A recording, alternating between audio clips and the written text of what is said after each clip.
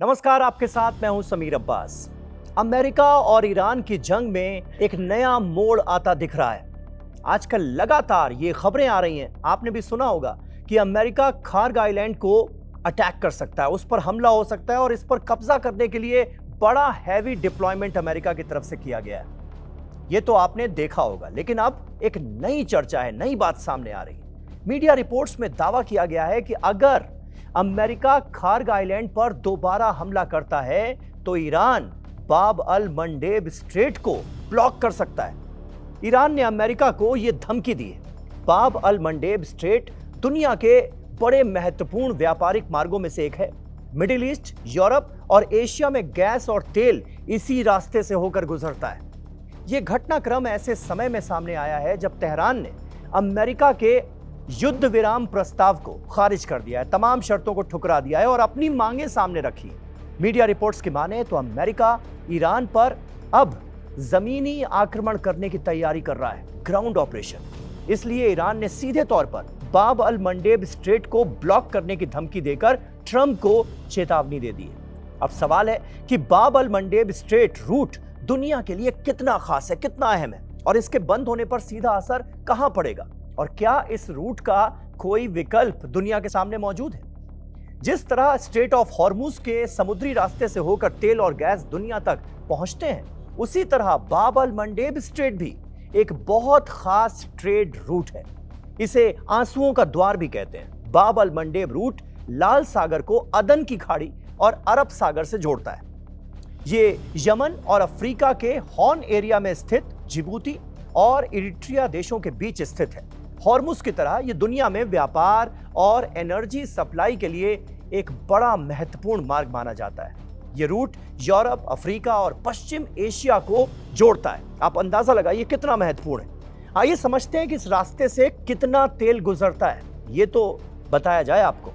समुद्री रास्ते से गुजरने वाले कुल तेल और लिक्विफाइड नेचुरल गैस LNG का 12% हिस्सा इसी रूट से होकर गुजरता है। बताइए, ऊर्जा विभाग के मुताबिक 2023 में बाब अल मंडेब नहर से प्रतिदिन लगभग 8.8 मिलियन बैरल तेल और बड़ी मात्रा में LNG का ट्रांसपोर्टेशन हुआ। ये स्वेज नहर की ओर जाने वाले जहाजों के लिए भी एक बड़ा महत्वपूर्ण ट्रेड मार्ग है। अब देखिए कि किस बात का खतरा है इस वक्त। लाल सागर के इस ट्रेड रूट से हर साल $1 ट्रिलियन यानी करीब 94 लाख करोड़ रुपए कीमत के माल का आवागमन होता है।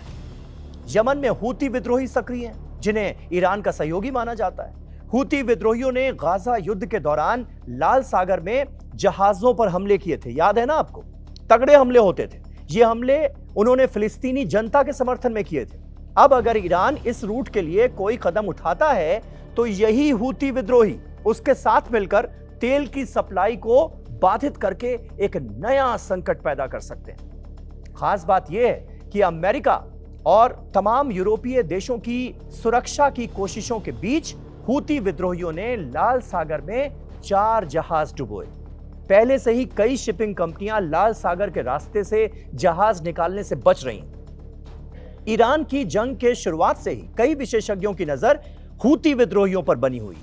अब अगर यह रास्ता ब्लॉक हुआ तो क्या होगा, यह हम सब के लिए बड़ी चिंता का सबब है। अगर हॉर्मुज की तरह बाब अल मंडेब का रास्ता ब्लॉक किया जाता है तो जहाजों को दक्षिणी अफ्रीका में केप ऑफ गुड होप के चारों ओर चक्कर लगाकर बहुत लंबा रास्ता तय करना पड़ेगा।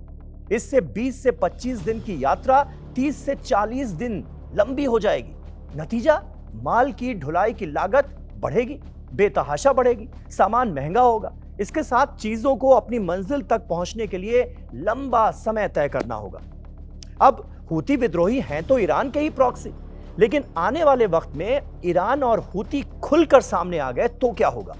अगर हूती ईरान के साथ पूरी तरह से सैन्य गठबंधन कर लेता है और एक बाब अल मंडेब को बंद कर देता है तो लाल सागर पूरी तरह से प्रतिबंधित क्षेत्र बन जाएगा।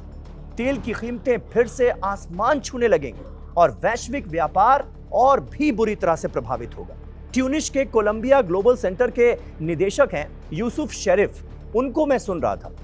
वो कहते हैं कि हूतियों द्वारा बाब अल मंडेब को बाधित करना ईरान की 3 चरणों की रणनीति का हिस्सा है। इसके पीछे स्ट्रैटेजी है।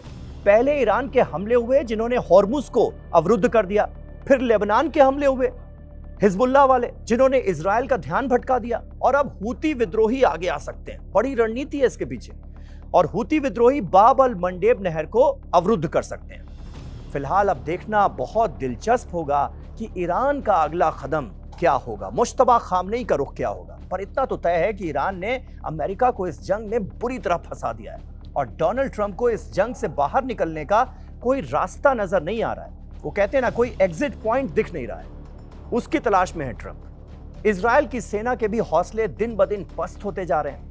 यहां तक कि आप सोचिए जरा, कितनी बड़ी बात है, इजरायली सेना के चीफ ऑफ स्टाफ को यहां तक कहना पड़ा है कि जंग लड़ने की इजराइल की रणनीति ठीक नहीं है, और उनके जो अपनी सैनिक हैं, इजरायली सैनिक, वो जंग से थक चुके हैं, सैनिकों की कमी है, और यहां तक कि घायल सैनिकों को भी जंग में भेजना पड़ रहा है। जाहिर है इससे इजराइल के अंदर भी असंतोष बढ़ रहा है, और दूसरी तरफ डोनाल्ड ट्रंप के तो कहने ही क्या, खुद अपने ही घर में वो घिरते हुए नजर आ रहे हैं, और उनकी पॉपुलैरिटी रैंकिंग लगातार कम हो रही है। दूसरी तरफ दुनिया के ही कई देश, जिसमें कुछ अमेरिका के सहयोगी भी हैं, वो कहीं ना कहीं इस बात से खुश हैं कि दुनिया में किसी ने तो अमेरिका जैसे ताकतवर देश का सामना किया और उसकी दादागिरी को बड़ी चोट पहुंचाने की कोशिश तो की, क्योंकि डोनाल्ड ट्रंप तो इन दिनों दुनिया को अपने डंडे से हाँकने पर आमादा थे और इसके लिए निकले हुए थे। वेनेजुएला में इसका एग्जाम्पल सबने देखा, जो चाहा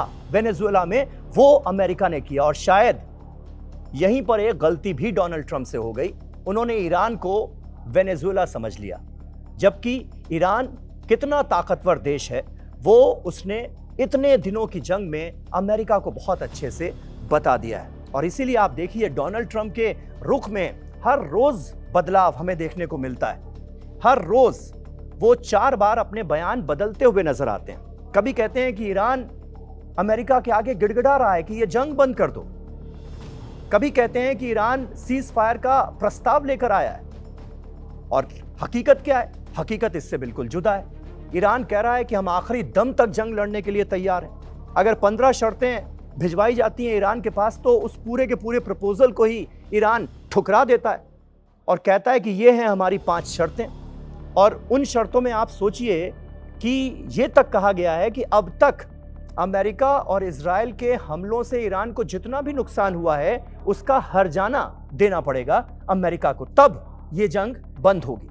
ये तक कहा गया है कि मिडिल ईस्ट में जो बेसेस हैं अमेरिका को वो बंद करने पड़ेंगे, तब ये जंग बंद होगी, वरना ईरान लड़ने के लिए, मरने के लिए तैयार नजर आ रहा है। और इसी ईरान के आक्रामक रुख ने अमेरिका को इस जंग में बुरी तरह से फंसा दिया है। शायद ये बिल्कुल भी ईरान से एक्सपेक्ट नहीं किया था अमेरिका ने, जिसका अंजाम हमारे सामने है। इतने दिनों की जंग गुजरने के बाद भी ये जंग लगातार चलती जा रही है। पहले 5 दिन का एक पॉज दिया गया अमेरिका की तरफ से, और अब उसे 10 दिन का और पॉज दिया गया है, 10 दिन की और मोहलत दी गई है। कहा गया कि ऊर्जा ठिकानों पर अमेरिका ईरान के हमले नहीं करेगा। तो बार बार एक सेफ रूट देने की कोशिश ईरान को डोनाल्ड ट्रंप करते हुए नजर आ रहे हैं, लेकिन ईरान अपनी शर्तों पर पूरी तरह से अड़ा हुआ नजर आ रहा है। और आने वाले वक्त में अगर हॉर्मुज स्ट्रेट के बाद बाब अल मंडेब को भी बाधित कर देता है ईरान, तो जाहिर है एक एज उसका सीधे तौर पर नजर आएगा, क्योंकि इससे दुनिया पर दबाव बढ़ेगा, तेल और गैस की कीमतें बढ़ेंगी, और खुद अमेरिका को भी इसका खामियाजा भुगतना पड़ेगा, क्योंकि अमेरिका में तेल और गैस की कीमतें बढ़ रही हैं, जिससे वहां पर ट्रंप की नीतियों का लोग विरोध करने लगे हैं बड़े पैमाने पर। एप्स्टीन फाइल्स का मुद्दा तो है ही डोनाल्ड ट्रंप के खिलाफ, जिस पर लोग उनका विरोध कर रहे हैं। तो कुल मिलाकर ये पूरी परिस्थितियां हैं। आगे आगे देखिए होता है क्या। फिलहाल TV9 डिजिटल के इस खास शो में मेरे साथ बस इतना ही। नमस्कार।